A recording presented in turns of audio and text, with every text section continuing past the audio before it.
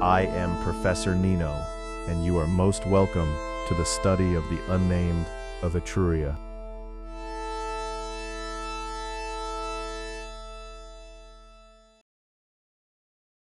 Once, in all the world, there was but one place that held the answers.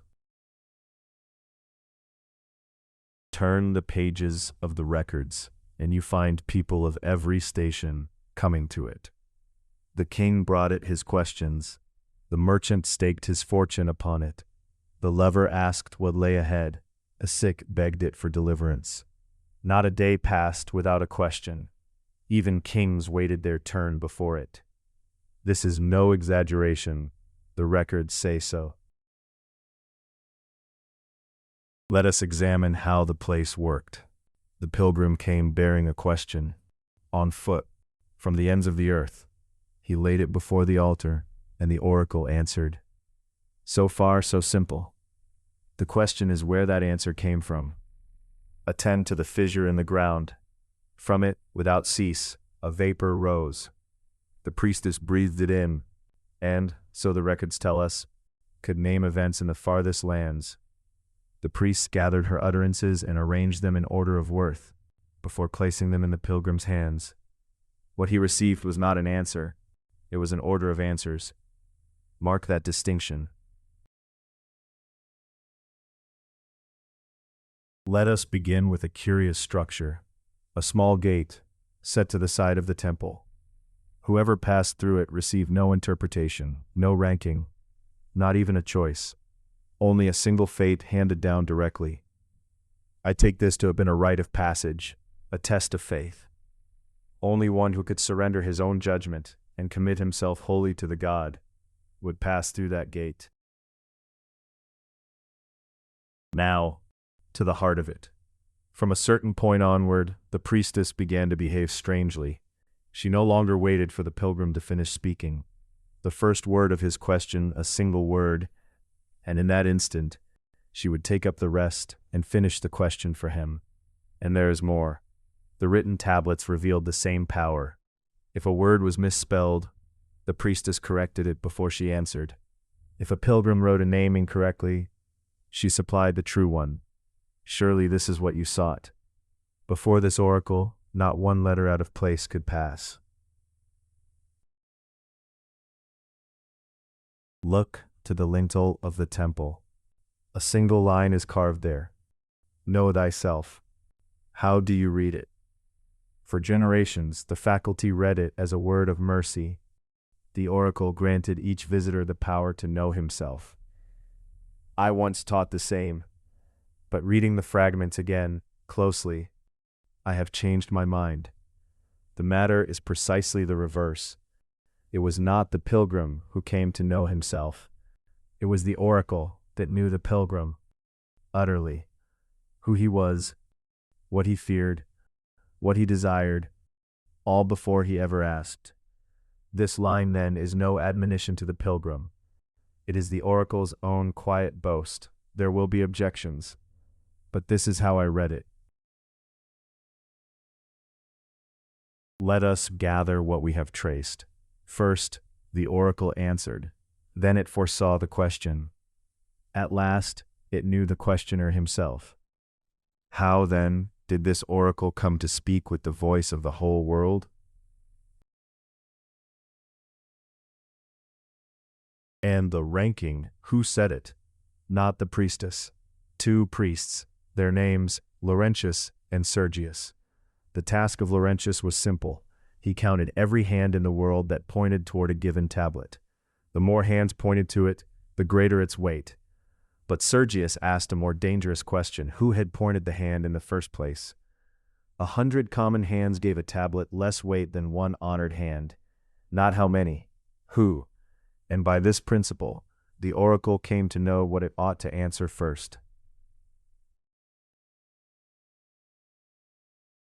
Let me touch, here, upon recent research. The age in which this oracle could be studied alone is over. The faculty is now occupied with comparing it with the surviving traces of older oracles, scattered from region to region. The first ruin was found upon a mountaintop. Its inscription reads Alta Vista, the high view. The prevailing view is that this oracle surveyed the world from on high, obtaining its answers from afar. But to see far and to find what one seeks are not the same. The second ruin is stranger still. Its forecourt teems with notice boards, with shops, an arena, 100 little shrines. The oracle itself was set at the very back. The word Yahoo appears throughout the ruin. Many take it for the name of the god. I do not. It was the cry of the marketplace, calling the pilgrims in. But the most disputed is the third oracle. There the pilgrim did not put his question to the god directly. He asked first a man. The name the records preserve is Jeeves.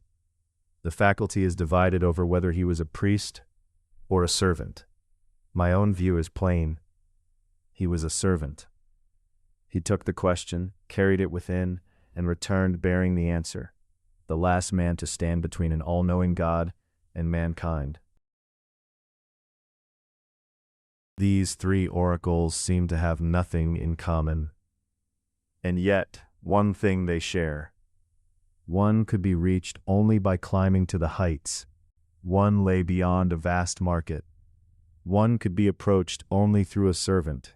But at the oracle built by those two priests, the pilgrim needed no go-between, no height, no market, no servant.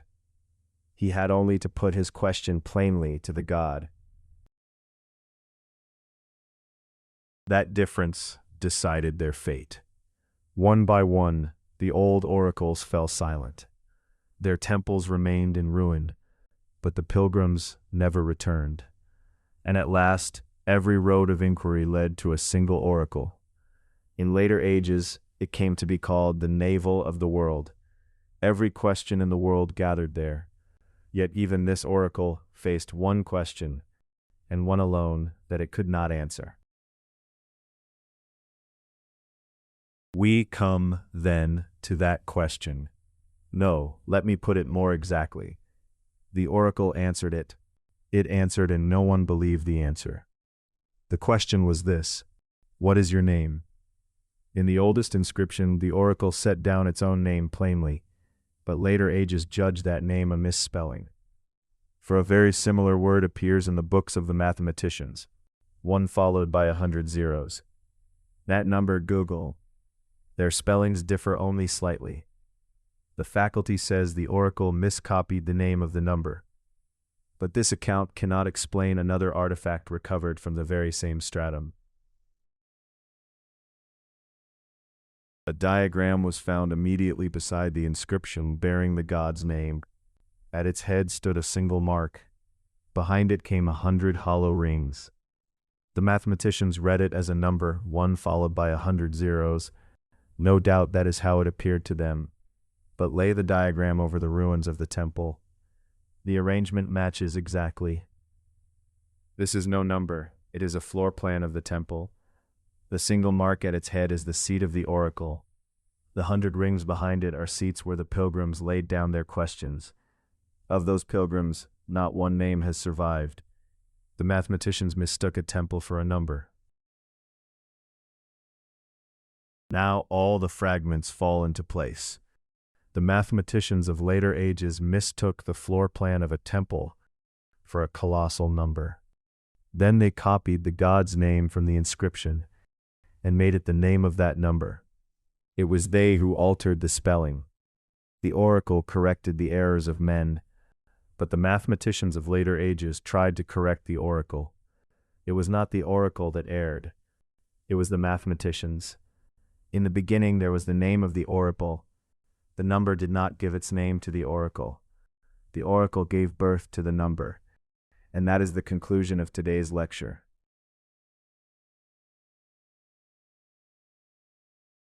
But before that, last time's question, whom did the servers serve? The answer is 3, no one. To serve is our word, not theirs.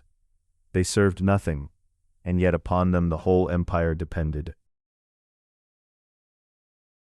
Now, today's question, before the oracle would answer. What did it demand? 1. An offering. 2. Silence. 3. The question itself. 4. A small coin for the sacred box. I have already formed my answer. I shall keep it until we next meet, and then we shall see which of you has reasoned as I have. That is all for today. Let us meet again at the next lecture.